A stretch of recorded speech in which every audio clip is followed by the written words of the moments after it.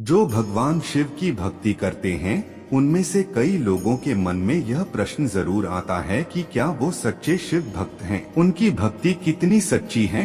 यहाँ जो वो भक्ति या पूजा कर रही है वो भगवान को लग भी रही है या नहीं? जो भगवान शिव की भक्ति करते हैं वो अपने अंदर झांककर जान सकते हैं कि उनके अंदर ये लक्षण हैं या नहीं। अगर उनके अंदर ये लक्षण हैं तो वो जान सकते हैं कि उनकी भक्ति कितनी सच्ची है और वो कितने बड़े शिव भक्त हैं। सबसे पहला लक्षण होता है जो व्यक्ति भगवान शिव की पूजा करता है या उनका ध्यान करता है उसने उसको ज्यादा कठिनाई नहीं होती।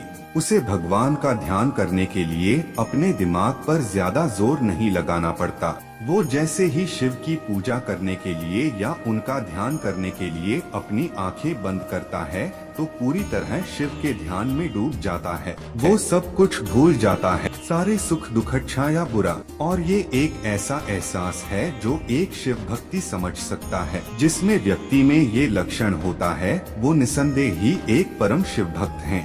दूसरा लक्षण ये होता है कि जब कोई भगवान शिव की पूजा करने के लिए किसी मंदिर या घर के मंदिर में जाता है तो वो ये सोचकर जाता है कि मैं भगवान के दरबार में पेश होने के लिए जा रहा हूँ, मैं उनके चरणों में हाजिरी लगाने के लिए जा रहा हूँ, मैं उनकी सेवा के लिए जा रहा हूँ। जो व्यक्ति ऐसा सोचकर भगवान के सामने जाता है वो अवश्य महादेव का एक सच्चा भक्त है, क्योंकि जो अहंकार को साथ लेकर भगवान के सामने जाता है वो भला कैसे एक शिव भक्त हो सकता है? भक्त तो वही है जो पूरे विनम्र भाव से भगवान के सामने पेश होता है। जो तीसरा लक्षण है वो ये है कि जब कोई भगवान शिव के समक्ष जाता है, चाहे फिर वो मंदिर हो या कोई तस्वीर, वो कभी भी ये नहीं सोचता कि उसके सामने कोई मूर्तियाँ तस्वीर है। वो हमेशा यही सोचता है कि स्वयं भगवान उसके सामने है, वो साक्षात भगवान को देख रहा है। अगर वो मंदिर में जाता है